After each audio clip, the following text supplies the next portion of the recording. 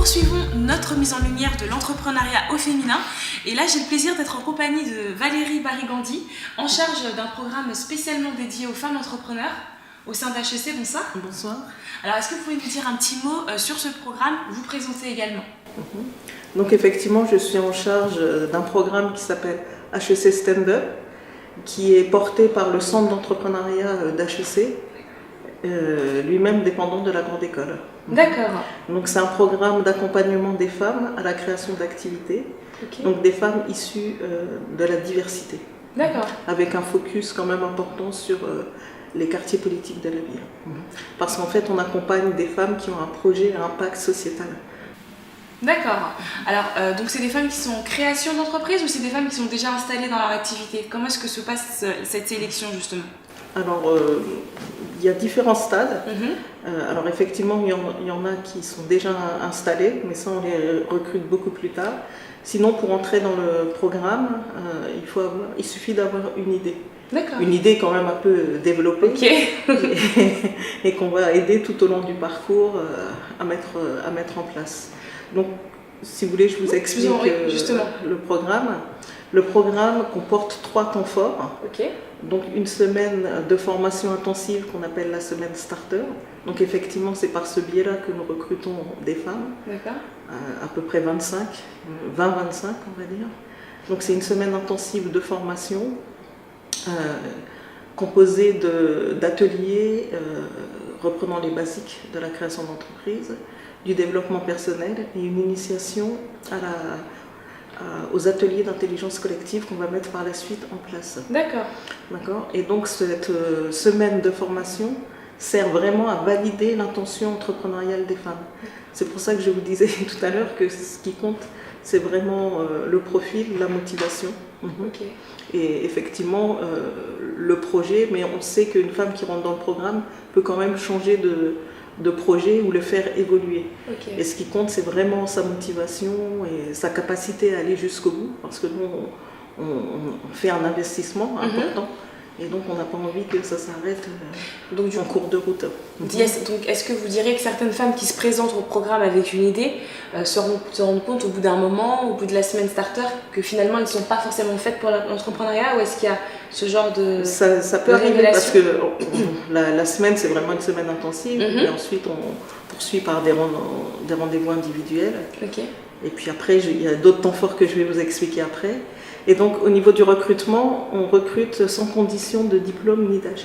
D'accord, c'est super. On veut dire que c'est vraiment ouvert à tout type de femmes. Tout type de femmes qui a un projet entrepreneurial. D'accord, génial. Donc, le deuxième temps fort, c'est ce qu'on appelle l'académie. Donc, tous les ans, au mois de janvier, on accompagne un certain groupe de femmes sur le campus à HEC. Elles suivent des cours en même temps que les étudiants dans le cadre d'une académie qu'on appelle Devenir entrepreneur du changement, qui est liée à un MOOC qu'on leur demande de faire. Et pendant ces 3 semaines, elles suivent des cours et parallèlement, l'étudiant remplit une mission sur le projet de la femme entrepreneur. Donc là, effectivement, il s'agit de projets un peu plus avancés. Et donc, ce qui est intéressant dans l'académie, c'est que ça donne le côté opérationnel aux étudiants. Et les femmes, ça booste leur projet. Parce que ça peut être une mission de business plan, d'études de marché. D'accord, on est sur du très concret. C'est du très très concret. Et l'étudiant est évalué. Donc à la fin de l'académie, il passe devant un jury et il rend compte de sa mission. Donc on a commencé par cette académie-là, Devenir entrepreneur du changement, qui concerne l'entrepreneuriat social. Et cette année, on a innové, on a fait également une Food Academy, parce qu'on a pas mal de projets de femmes dans ce secteur d'activité. Et l'année prochaine, on va encore élargir le champ. Donc ça, c'est le deuxième temps fort. Et vous voyez, en fait, ce qui est intéressant dans le programme, c'est qu'on crée des synergies entre les étudiants et les femmes. Et on amène de temps en temps les femmes sur le campus. Donc par exemple, le 3e temps fort, au mois de juillet, là, en revanche, c'est quand les étudiants sont partis. Nous, on investit le campus et là, on fait venir toutes les promotions. Toutes les promotions qui ont suivi la formation. Et elles viennent pendant 3 jours et 2 nuits sur le campus. Donc, c'est vraiment pour créer un effet networking, on va dire, qu'elles se rencontrent, parce qu'en principe, les promotions ne se connaissent pas, on va dire. Et donc, elles viennent sur le campus pour suivre des ateliers, des tables rondes, des conférences. Elles font le sport même le soir et elles dorment sur le campus. Par exemple, l'année dernière, les tables rondes qu'on a organisées, c'était sur le leadership au féminin, via les réseaux féminins. Donc, on avait fait venir des têtes de pont de réseaux féminins. La deuxième table ronde, on l'a fait sur l'analogie entre le sport de haut niveau et l'entrepreneuriat. D'accord. Parce qu'effectivement, il y a un peu le même schéma pour arriver jusqu'au bout, l'entraînement, la persévérance. Voilà, exactement. Et on avait fait venir des champions. D'accord. Donc, vous voyez, c'est ce genre-là. C'est super. Donc c'est un programme très bien travaillé au final pour vraiment accompagner la femme entrepreneur. Voilà, exactement. Donc, et je ne vous ai pas tout dit. De l'idée jusqu'à son accomplissement, c'est ça? Voilà, exactement. Super. Donc ça, comme je vous l'ai dit, c'est les 3 temps forts du programme. Okay. Mais entre ces 3 temps forts-là, il y a un accompagnement au quotidien. C'est-à-dire on a un espace de coworking. Okay. Dans le 20e, à Gambetta, c'est là où il y avait l'ancien incubateur HEC, qui maintenant est parti à Station F. Donc nous, on a un programme de pré-incubation, parce qu'effectivement, on prépare les femmes à postuler pour entrer dans des incubateurs, parce que c'est pas seulement un incubateur HEC, mais il y a quand même cette possibilité-là. D'accord. Et on a à peu près une quinzaine de femmes issues du programme qui sont à Station F. Super. Voilà, donc le programme d'accompagnement, c'est effectivement des ateliers, des cours. Alors je n'ai pas précisé, ces cours sont avec des profs d'HEC, en finance, en marketing. C'est super. Il y a vraiment un accompagnement très complet. Du coaching. Du coaching donc dans tous les domaines, c'est-à-dire que la personne, en tout cas la femme entrepreneur qui aura suivi ce cursus, quand elle sort de cette formation, elle est armée et prête en tout cas à se battre dans ce monde de requins. Exactement. On peut dire ça comme ça. Et puis nous, on essaie aussi de les amener à travailler ensemble. Parce qu'en général, il y a des projets qui ont de l'envergure, mais il y a aussi des micro-projets.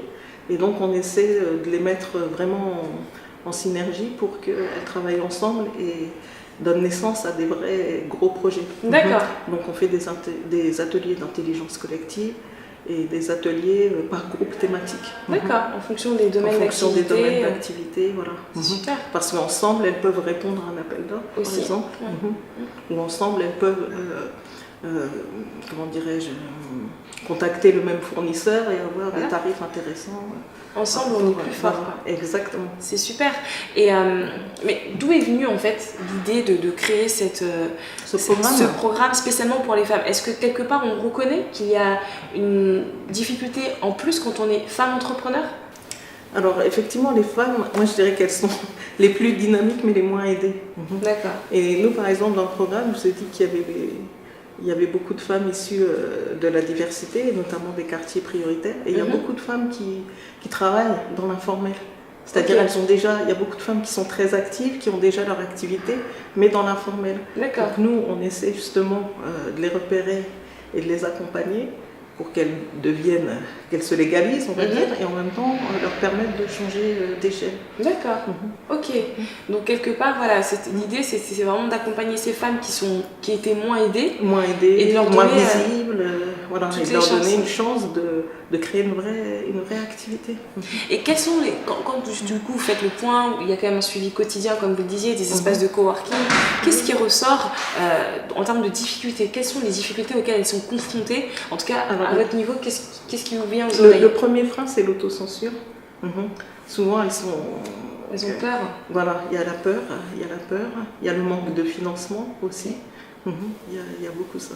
Et qu'en est-il de la pression sociale, l'entourage?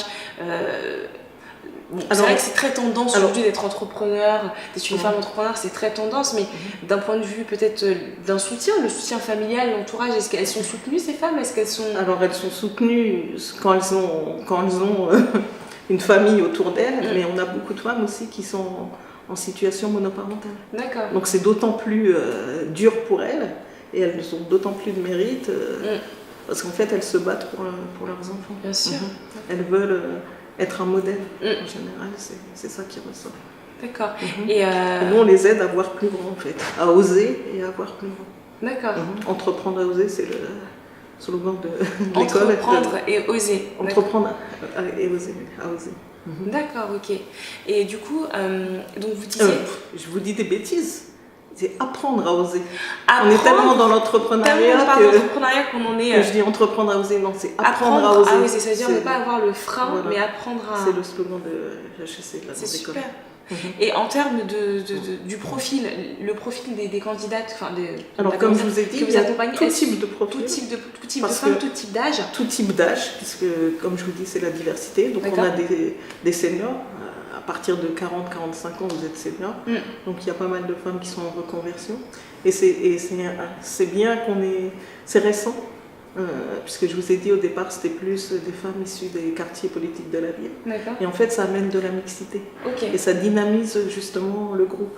Elles font part de leur expérience, elles ont un réseau. Elles ont un autre regard aussi sur... Il y a un autre regard et il y a vraiment une complémentarité là, qui joue et c'est très, très, très intéressant.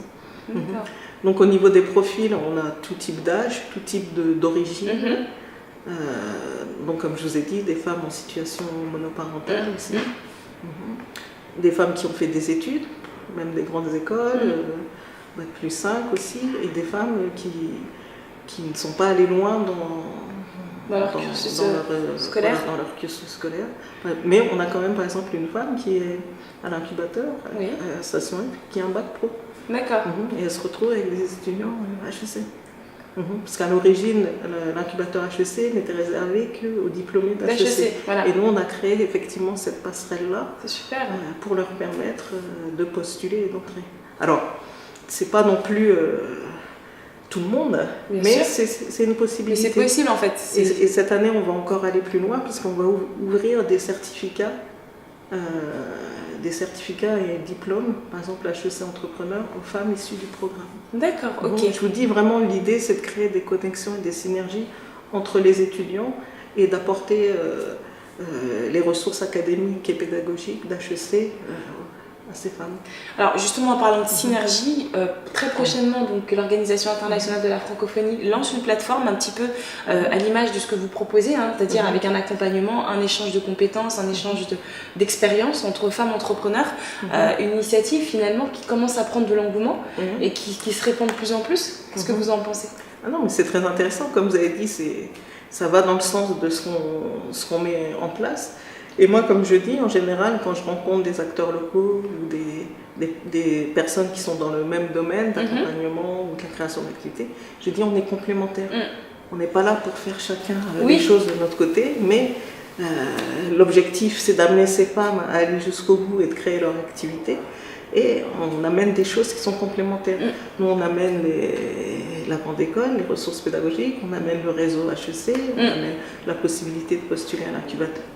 Voilà. Des profs qui se déplacent dans les quartiers et qui délivrent leurs cours.